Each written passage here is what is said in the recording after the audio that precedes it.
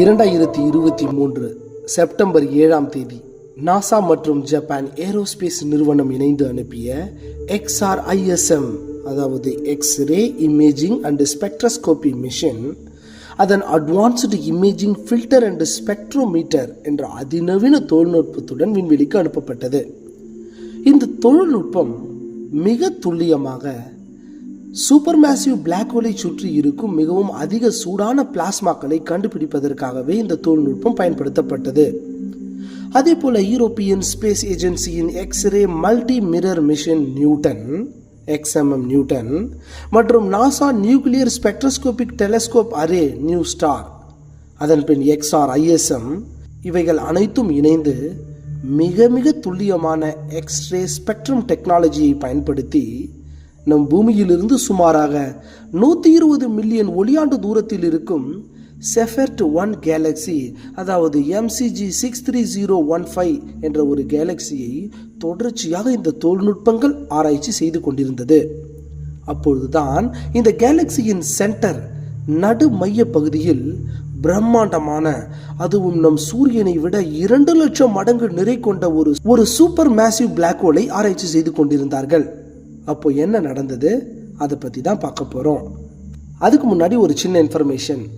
ஏஷியாலேயே 3rd largest telescope Vainu Bappu observatory Javadi ஹில்ஸில் இருக்குது. இதை பார்க்கறதுக்காக நாங்களும் நம்ம சப்ஸ்கிரைபர் டீமும் போக போகிறோம். நீங்களும் இந்த டீமில் ஜாயின் பண்ணணுமா? அப்போ உடனே இந்த வாட்ஸ்அப் நம்பரில் எங்களை காண்டாக்ட் பண்ணுங்கள். நீங்கள் இந்த டீமில் ஜாயின் பண்ணால் நீங்கள் அந்த ஏஷியாலேயே 3rd லார்ஜஸ்ட் டெலஸ்கோப்பை லைவாக விசிட் பண்ணலாம்.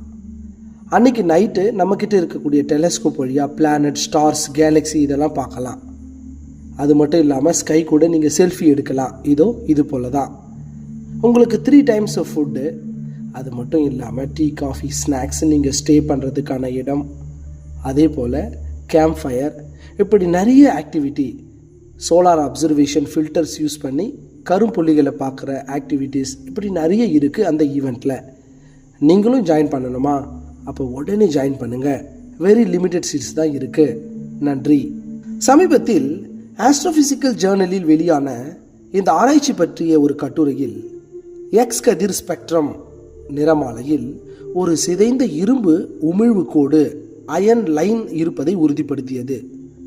இது பூமிக்கும் விண்மீன் மண்டலத்திற்கும் இடையே வெளியேறும் வாயுக்களை போல் இல்லாமல் ஒளியின் வேகத்தில் நெருக்கமான வேகத்தில் அந்த பிளாக் ஹோலை சுற்றி வருகின்றது என்பது இந்த முதல் ஆராய்ச்சியில் கண்டுபிடித்தார்கள்.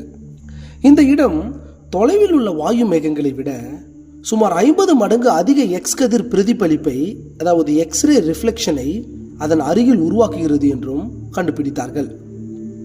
சூப்பர் மேசிவ் பிளாக் ஹோலின் கொரோனா என்ற பகுதி, இந்த இடத்தில் பில்லியன் டிகிரி சூடான பகுதி, பில்லியன் டிகிரி அளவிற்கு மிகவும் சூடான பகுதி இருக்கிறது.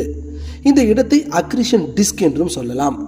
இந்த அக்ரிஷன் டிஸ்கிற்கு மேலேயும் கீழேயும் கொரோனா என்று அழைக்கப்படும் அந்த மையப்பகுதியின் அக்ரிஷன் டிஸ்க் என்ற பகுதியில் அதிகப்படியான மிகவும் அதிகமான வெப்பம் இருப்பதை கண்டுபிடித்து அசத்தினார்கள். அதனால்தான் அந்த இடத்தில் எக்ஸ்ரே உமிழ்வு அதிகமாக இந்த ஆராய்ச்சியின் மூலம் கண்டுபிடிக்கப்பட்டது. இது நீண்ட காலமாகவே விஞ்ஞானிகளுக்கு ஒரு மிகப்பெரிய குழப்பத்தை ஏற்படுத்தி இருந்தது. ஏன் அந்த இடத்தில் அதிகப்படியான எக்ஸ் கதிர்கள் வெளிப்படுகின்றன என்பது இப்போது அந்த விளக்கம் கிடைத்துவிட்டது. இதன் மூலம் இந்த பிரபஞ்சம் அதிக எனர்ஜி அதாவது ஆற்றல் அதிகமாகவே இருக்கிறது என்பதை இதை வைத்து நாம் தெரிந்து கொள்கிறோம். இந்த எக்ஸ்ரே எமிஷன்களை மனிதர்களால் உருவாக்கப்பட்ட தொழில்நுட்பம் தான் அந்த எக்ஸ்ரே டெக்னாலஜியை வைத்து அந்த இடத்தில் அதிகப்படியான வெப்பம் இருப்பதை கண்டுபிடித்தார்கள். எந்த ஒரு கேலக்ஸி எக்ஸ்ரே எமிஷன்ஸை அதிகமாக வெளியிடுகிறதோ அந்த கேலக்ஸி ஆக்டிவாகவே இருக்கிறது என்பதையும் இதன் மூலம் நாம் தெரிந்து கொள்கிறோம். பிரபஞ்சத்தில் அதிகப்படியான எக்ஸ்ரே உமிழ்வுகள் அதாவது எமிஷன்ஸ் எப்படி கண்டுபிடிக்கப்படுகிறது, எதனால் இந்த எமிஷன்ஸ் ஏற்படுகிறது என்றால் அதிகபட்சமாக சூப்பர் மேசிவ் பிளாக் ஹோலில் இருந்தும் அதாவது அந்த அக்ரிஷன் டிஸ்க் பகுதியில் இருந்தும் வெப்பம் அதிகமாக ஏற்படுவதால் அந்த இடத்தில் எக்ஸ் கதிர்கள் வெளிப்படுகின்றது. அது மட்டும் இல்லாமல் அந்த பிளாக் ஹோலில் இருந்து வெளியேறும் பிளாஸ்மா ஜெட்டிலும் இருந்தும் நாம் எக்ஸ் கதிர்களை கண்டுபிடிக்கலாம். அதே போல ஒரு மிகப்பெரிய நியூட்ரான் நட்சத்திரம் வெடித்து சிதறும் போது அதாவது ஒரு சூப்பர் நோவாவாக வெடித்து சிதறும் போதும் கூட நாம் அதிகமாக எக்ஸ்ரே எமிஷன் உருவாவதை கண்டுபிடிக்கலாம். இதைத்தான் அதிநவீன எக்ஸ்ரே டெக்னாலஜி சிறப்பாக கண்டுபிடித்து விடுகின்றது. இதை வைத்து அந்த கேலக்சி ஆக்டிவாக இருக்கின்றதா இல்லை இன்ஆக்டிவாக இருக்கிறதா என்பதை விஞ்ஞானிகள் இங்கிருந்தே கண்டுபிடித்து விடுகிறார்கள். மேலும் இது போன்று பல ஆராய்ச்சிகள் பிளாக் ஹோலை சுற்றி என்னதான் நடந்து கொண்டிருக்கிறது என்பதை கண்டுபிடித்து கொண்டுதான் இருக்கிறது. வரும் காலத்தில் அதை பற்றியும் தெரிந்து கொள்ளலாம். நன்றி. மீண்டும் இது போன்ற ஆச்சரியமான பல தகவல்களோடு உங்களை மீண்டும் சந்திக்கிறேன். இது உங்கள் அன்பு நண்பன் மோகன்ராஜ்.